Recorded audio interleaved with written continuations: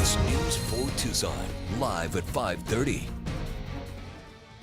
And thanks for joining us. Developing tonight in Marana, police are investigating a fatal officer-involved shooting. It happened around 8 o'clock this morning when police were called to a home off of Silver Bell Road. When police arrived, one of their officers got into an altercation with a male suspect.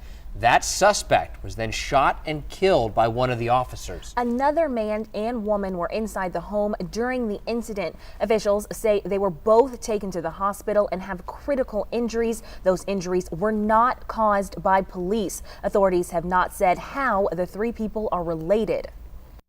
Marana, we have very low violent crime here, so anytime there's an officer-involved shooting or any sort of violent crime in Marana, definitely sticks out.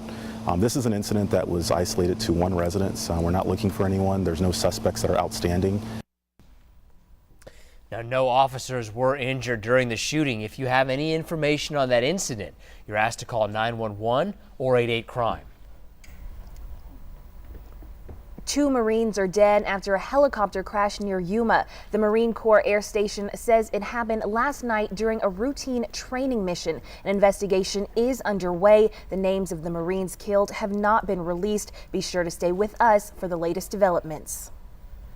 A woman has died after officials say she was stabbed by her boyfriend on Friday morning. Department of Public Safety troopers say 33-year-old Martha Thai was stabbed by 25-year-old Fernando Acosta after the car they were riding in crashed. Officials say the couple's car went off of the highway and crashed into a right-of-way fence. Right after that, you can see in this video, the couple was seen getting into a fight. Now, in that video, you can see people rushing in to try and stop Acosta. Some of them even shot at him. Acosta was arrested on first-degree murder and assault charges. And the family of Martha Thai is now speaking out about her tragic death.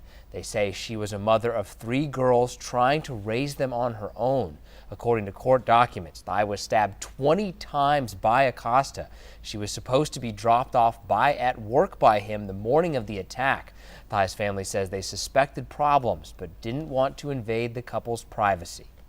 Those cuts that he did to her, it cuts us. All the stabbing that he did to her make him feel those pains.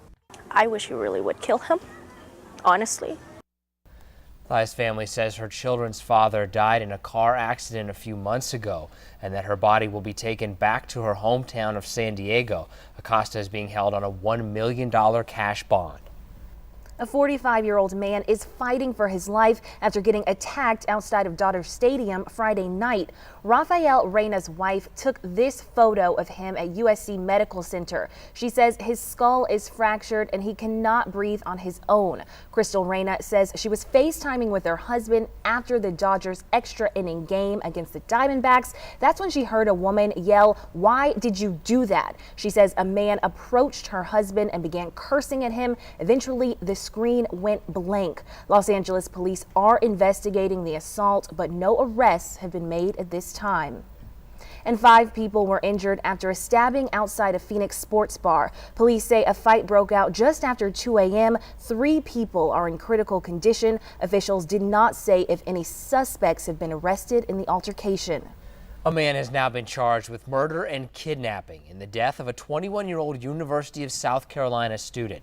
Police say 24-year-old Nathaniel David Rowland abducted and later killed Samantha Josephson, who thought that she was being picked up by her Uber driver. Josephson was last seen Friday just after 2 a.m. outside a popular college bar. Her body was found by hunters Friday afternoon off of a dirt road in a wooded area.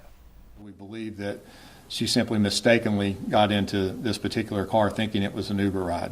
She opened the door and got into it and departed with the suspect driving. Officials say the area Josephson was found in would be hard to get to without previous knowledge. Rowland was arrested following a brief foot chase near the area where Josephson was last seen.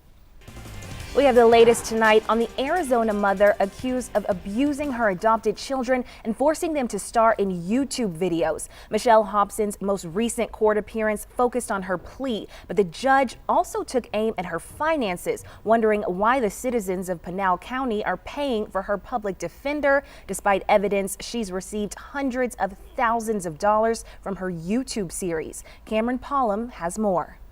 Hobson claimed to the court that she did not have any income, the judge quickly pointing out she listed $3,300 in expenses each month and demanded an answer on how she paid for it. Hobson told the judge she'd been receiving income through the YouTube channel, stating it was between $10,000 to $30,000 a month. She added that her accounts, though, had been frozen. Prosecutors quickly chimed in, claiming they could prove she'd received hundreds of thousands of dollars last year through the channel. They also spoke of evidence that showed Hobson and her son had made a withdrawal of $100,000 from a joint bank account following her arrest. We know that there was a 1099 from Google last year that showed roughly $300,000 that she had made. We know there are other sources of income that have come in as well. Hobson is scheduled to be back in court on May 1st for a pretrial conference where she's expected to provide a full financial picture to the judge.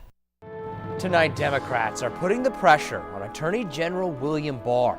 They want him to release Special Counsel Robert Mueller's full report on the Russia investigation. Barr says he will release a redacted version to Congress by mid-April. President Trump has claimed vindication after Mueller found his campaign did not conspire with Russia to sway the 2016 election. But a new NBC News Wall Street Journal poll shows Americans don't really see it that way. 40% say the report doesn't clear the president of wrongdoing, 29% says it does, and 31% are unsure.